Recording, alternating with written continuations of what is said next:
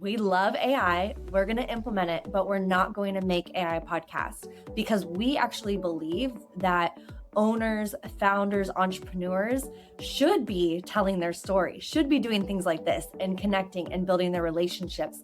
That's the stuff that AI should not be doing. And so it was an interesting conversation in the last few years as we become, more quote unquote AI experts, people assuming that, well, then they're making these AI podcasts. And I just really think that there is a hard line in the sand where you should be using AI and where you shouldn't be using AI specifically for founders and entrepreneurs. So that was one thing that we discussed a lot, and we tried different versions, and the AI ones would not create the trust and authority and truly the results that we actually knew we could create if someone is just being themselves and fumbling over the words a little bit and sharing a silly story and, and kind of riffing off of their own human experience.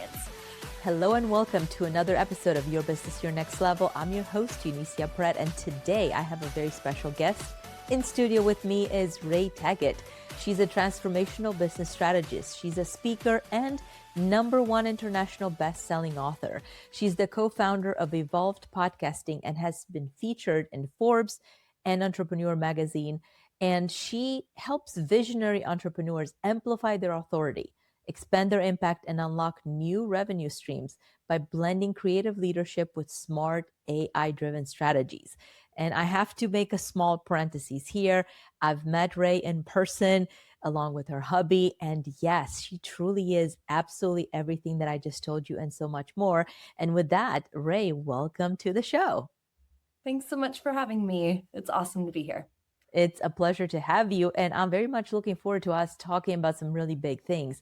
Amplifying visibility, driving leadership, and using AI in today's ever-changing world. AI, it seems like, is changing by the minute, by the second, and you guys know that more and better than most people.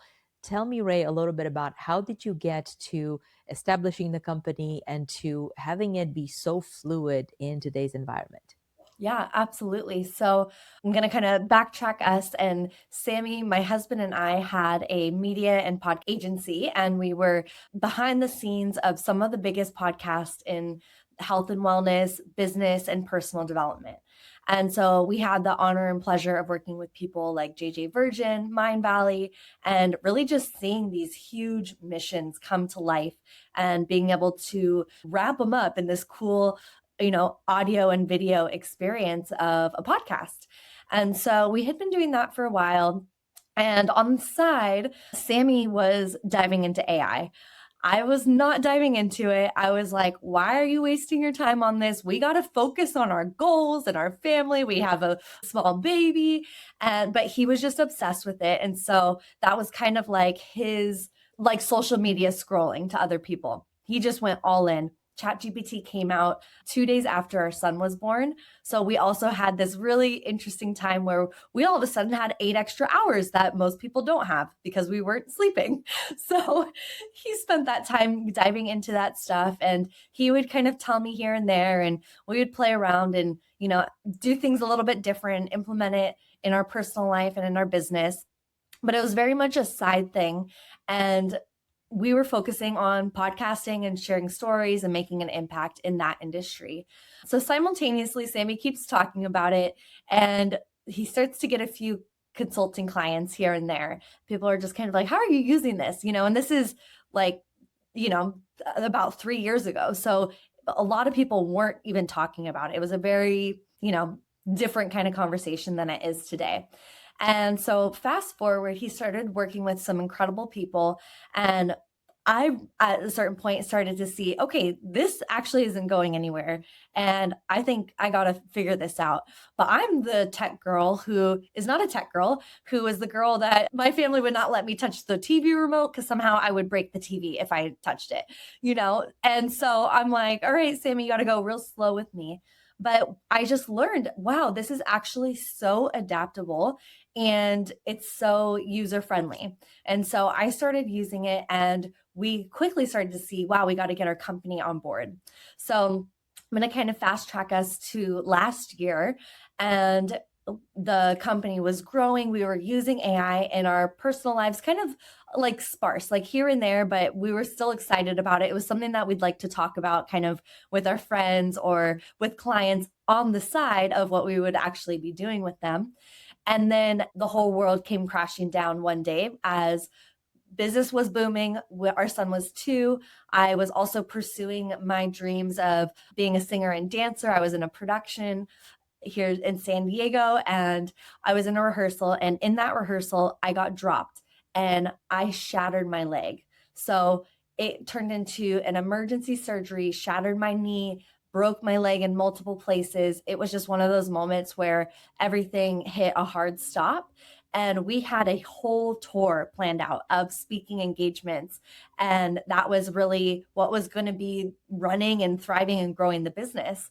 And so at that point, we really had to take a hard adjustment and say, okay, what can we do and what can't we do? For the first few months, Sammy went off and did all of that. And then I was home alone with a 2-year-old and broken leg. So that didn't work out for too long. And we just realized we have a tool here that we're sitting on. And what if we go all in with AI? What if we fully adapt it and like don't just talk about AI like a lot of people do, like, oh, have you seen this or have you seen that? But like actually use it in our lives. And so we went all in. We had another kind of crazy twist where the landlord of the home that we had been living at for many years, right on the beach, very amazing supportive neighbors, especially during this hard time, we got an eviction notice that we would have to leave our house in 60 days because the owners were moving back home after not living there for 25 years. So we're just like, this timing is just so crazy. But what we ended up doing is let's go all in on AI. Sammy, you're going to wheelchair me around the world as we go on this family tour, and we're going to sell most of our stuff and just we're actually going to go what we call globally agnostic, go nomadic for a little bit. And that's really when we had to double down on how to use AI to not only grow a business, manage our normal day to day, but now also schedule and manage a whole family tour all around the world, where we were going from one location to the next basically every week, doing speaking gigs, engagements. Sammy had DJing gigs, masterminds, events. It was nonstop. But we did it and we ended up having the most fun. And people were so concerned. They would ask us, are you guys okay? Like, I see what you're posting on social media. It looks fun, but like, I'm worried about you. You have a broken leg. You have this, you have that. You have a business, a new marriage. And we're like, to be honest, we are happier than ever before. And we've created this spaciousness in our own life and in our business that we're able to do what we love because of AI. And we couldn't stop talking about it. And so that's when everything kind of started shifting personal or professionally as more and more people asked us, can you please consult us? A lot of founders, wanting to get their time back. They had felt bogged down over capacity with their companies and big thriving companies, but they weren't living their dreams and actually like living in their values. And so we got to start to implement that and put AI into what they were doing personally and professionally to get them anywhere from 40 to 60 hours of their time back a month. And then we started to see, well, let's use this in business and actually take our business skills and combine that with AI. Now that we've kind of hacked this time saving thing, let's see how we can create revenue growth. And then that unlocked a whole new thing where we would start to come in working with leadership teams and work on really growing and scaling companies utilizing AI. So that's kind of the brief of what has happened is just us being able to find this freedom for ourselves, continue to grow our company, and then be able to now share that with others and be able to see the impact really get multiplied, not only for the founders, but then their leadership team and then all their employees and their clients and customers. And it is so huge. I love the way that you shared the story of how all of that came through and came together because it highlights what I believe to be true for so many entrepreneurs. Something happens, and in the moment, it's perceived to be big and potentially hairy and challenging. And on the other side, if we look backwards, it's actually the blessing in disguise. It was Mhm. meant to be that way because if we hadn't gone through that specific path, we wouldn't be where we're at on the other side. So that's so Yep. beautiful. Rae, one of the things that you talk about, and I've heard you talk about, and we touched briefly on, is the idea of storytelling Obviously, you talked a little bit about AI and saving time as a founder. I'd love to unpack that a little bit more because there are still a lot of individuals that are still scared and still, questioning AI.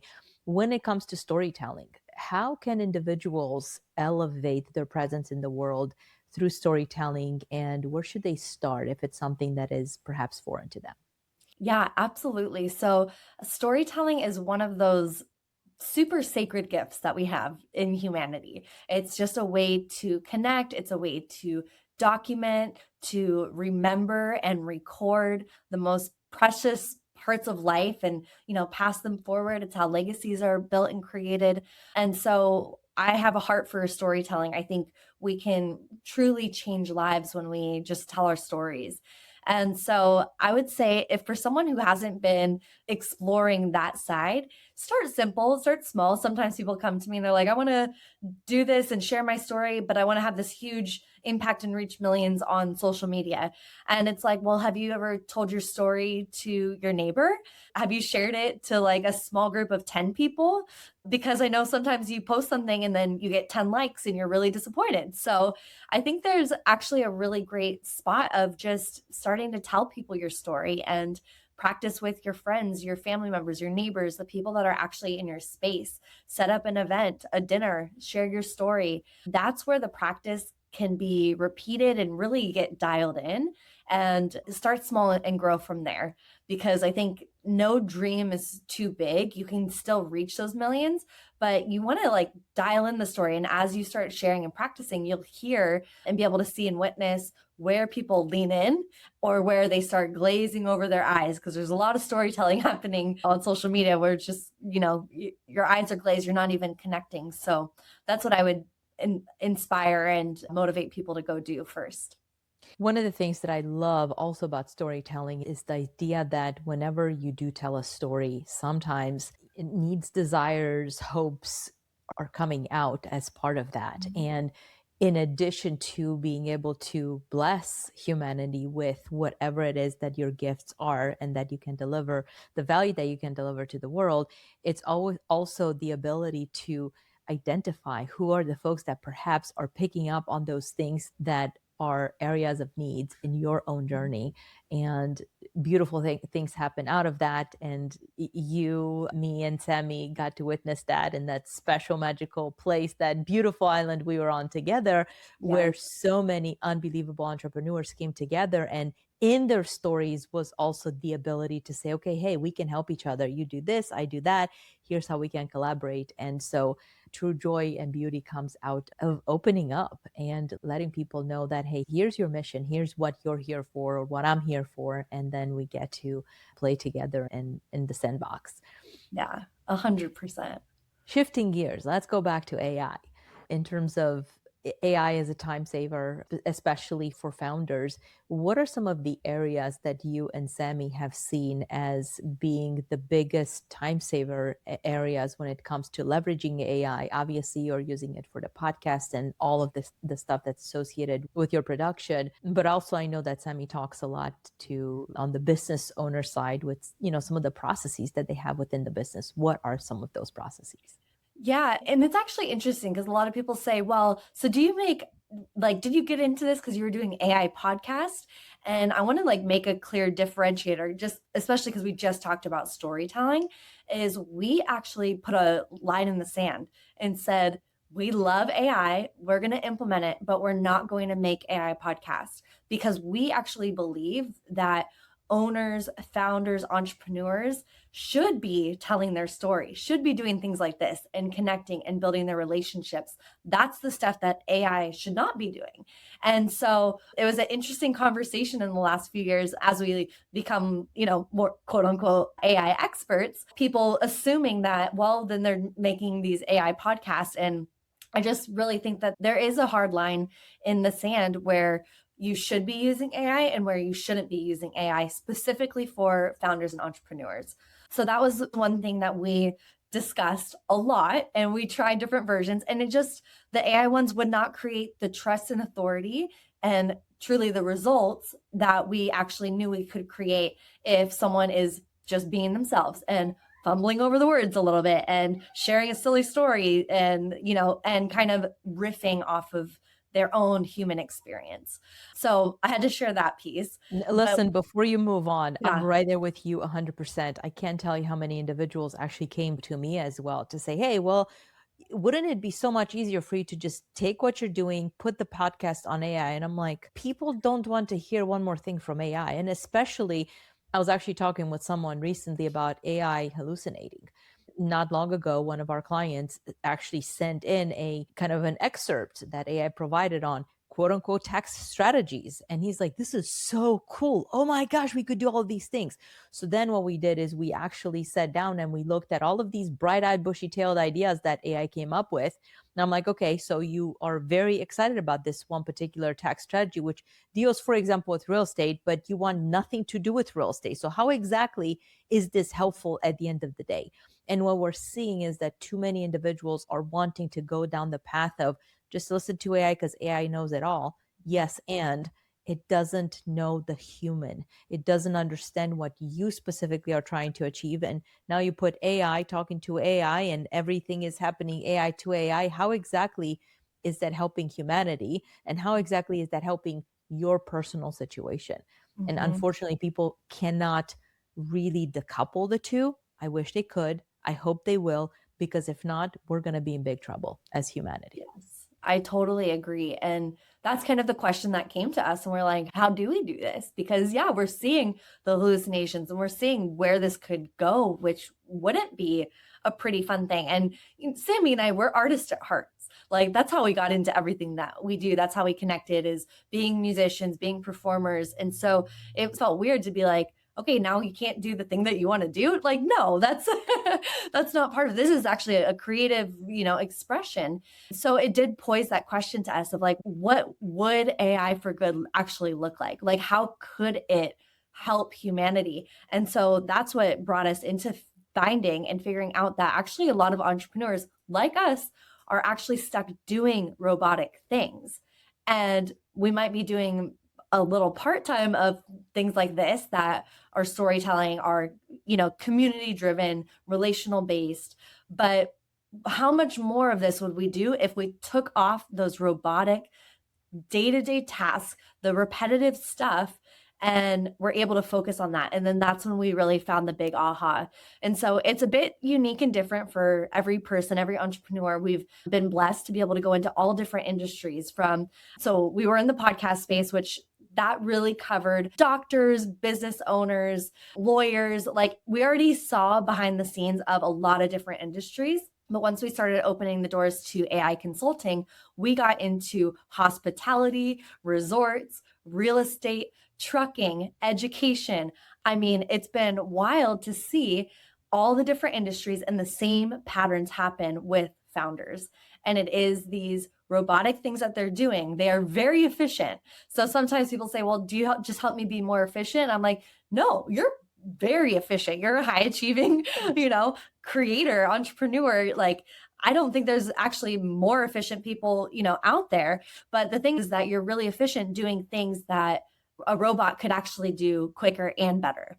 And you're not doing the things that only you could do. And that's a problem, because not only are those tasks that you're doing consuming your time, but they're also draining your energy. So you don't want to do the human things and you don't want to do the connection things. And then you get out of alignment with the values that you're actually, trying to instill in your company, and things start to spiral and fall apart from there. So that's really what we've seen pattern wise, what's happening with founders across the board in all different industries. And there's just such a breath that happens when they just start to bring in AI, use it on what AI should be used for, and then they have this breath. And we see it all the time. And it's just this like exhale, like they're like, I have a little space.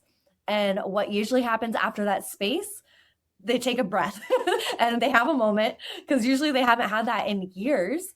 But then what they do is their brains still go on, because again, we're working with very high achieving, high performing people. So they don't break for that long. And this is a really interesting pattern. What they end up doing is they go back to their value system and they start rearranging their life and making sure that it's in order of their values. So that's the first thing we see happen. So usually a lot of family time comes back into the calendar, like really beautiful things. And I think that's where it's like, wow, this is so good, reorganizing our lives so we're not just busy. Because I think that's actually like an epidemic that we're experiencing, especially in the US. It's just being so overly busy. So first that happens is the realignment of your values and, starting to adjust your life. But then what happens is there's still space. So now they start to think, what are all those other cool, unique, very different business ideas that I've had in the many years that I've been in business that I put on the shelf, right? All the other business coaches that say, shelf that, you don't have enough capacity, shelf that. So we actually go back to that shelf and we start to see what is actually viable here. And now with AI, we can actually test things and do competitive analysis and see what is actually going to work and what's not going to work. What's going to be a value add to society or that industry and actually, create an amazing revenue and service. Okay. And then with AI, then we can deploy that and get that part, that new arm of the business or new revenue stream going. And so that's where it gets kind of really fun and creative as well. I love everything that you said. And at the same time, one of the things that I want to impart with our listeners is whenever you're working with an expert, right? Let's say it's a company that has embraced AI fully. We also need to be cautionary because Rae, you just said it, right? It's the patterns, it's the robotic things that should and can be automated. However, recently I was talking with actually a financial advisor and he discovered AI and he was so ecstatic. Basically, his whole goal, his whole mission is on putting everything, absolutely everything he possibly can for the business on AI. And at one point in time, his message was something along the lines of, I'm going to take everything that I used to do for the clients. I'm going to automate everything. I'm going to make a lot more money. I'm going to help a lot more people. I'm going to travel the world. I'm going to basically be the king of the hill, and all of it will be done by AI. And the question that was going through my mind over and over, and so I'm hearing him kind of going at his new mission on how AI is going to do everything for him. Again, I'm sitting back and I'm thinking, and where is the humanity behind what you're doing for the clients? And so that's the one thing that I hope people realize, because the shift that I'm seeing happening is with more and more people adopting AI fully, and we're losing the human touch. At some point in time, it's going to revert back. And so for business owners that are trying to automate absolutely everything to the point where there's less and less thinking on their side, at some point in time, it could also be a slippery slope. So I'd love to hear your Yeah. perspective on that, because individuals are either eager to work with a company that's all AI, or people want to go all AI, and we're forgetting the in between. We're still humans at the end of the day. Totally. I think that's so important and such a key piece to remember. It's so fascinating because in the AI space, there's definitely a range of different types of people. There's some that are super nerdy and kind of hunkered down in their basement and just like setting up all the tech and all of that. And then, there's others doing like working with it in different and various ways. But I completely agree. And I think that's something that we've honestly just been blessed by, is that every client that we've worked with is a human first, relational first company. Almost all of them have actually been faith based. And so there is this deep value that we are wanting to take care of our people. So to be honest, we actually haven't had to have too much of that conversation. It's almost been like that is the known territory. This is what we're creating and doing. But I think that's a unique part of the world that we've found ourselves in and working in, right? And I can't be naive to say I know that a lot of other big companies are just trying to replace everyone and get all of that out. And so I think it's going to be interesting to see who are the ones that are adapting. I do like believe that if you don't adapt AI, there's probably going to be at some point like you're going to feel left behind, because it's going to be like the internet where, okay, you're a business that's not online. Like, cool. If you're a mom and pop shop and you're able to survive. Like it's going to be even cooler because you're going to be like this relic, but also anyone that's visiting, they're going to have a hard time finding you. So I feel like there will be a wave where we see who's adapted to AI and who hasn't, but I think there's going to be a nuanced wave of like who's using it for what purpose. Like go to the source. What is your intention? And I think that's actually going to become really visible, similar to AI podcast. You can see now, like, what is your intention with this? If it's just to spur out information and that is the brand, then easy. That makes it easy and fun. And probably people are just going to AI research your podcast. They're not even going to listen to it. And if they saw you walking down the street, they probably wouldn't recognize you. But it's different if you're going to be a human, have that human potential added in. And so we actually started a new event that we do. It's called the AI Adventure Mind, because we really wanted to like catalyze this exact idea of let's adapt AI, but let's not get locked in our basement doing it. And let's make sure that we have the human component. So we go to beautiful parts of the world together. And this actually came from Necker. So during our time together, this was an idea that came and we implemented super fast. And we ended up doing our first AI Adventure Mine in Cabo just last month. So we got the vision where like we need, as entrepreneurs, we need to be able to connect and we need to be able to share and actually put our phones down. That was one of the most beautiful takeaways I had from that experience, was how few phones were even on the table.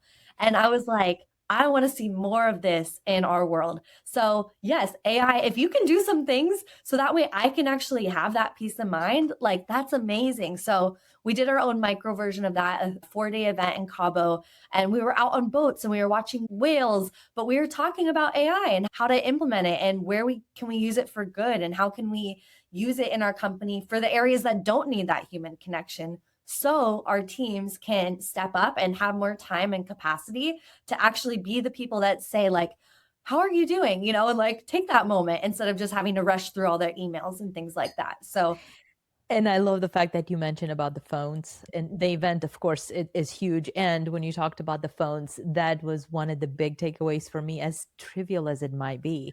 I know. Already didn't like having my phone on the table, and seeing just the overall wave of nobody had, or most of the people did not have their phones on the table.